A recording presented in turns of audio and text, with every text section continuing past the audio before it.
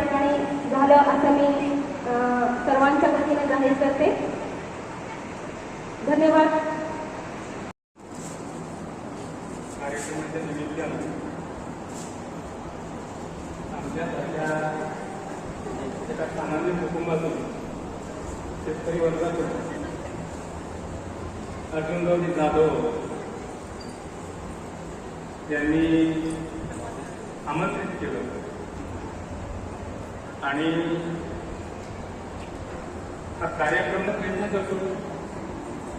आजच्या या कार्यक्रमाच्या निमित्तानं जगद्गुरू श्री जगद्गुरू बाबा गौतम बुद्ध, त्याच्यानंतर राष्ट्रमाता जिजामाता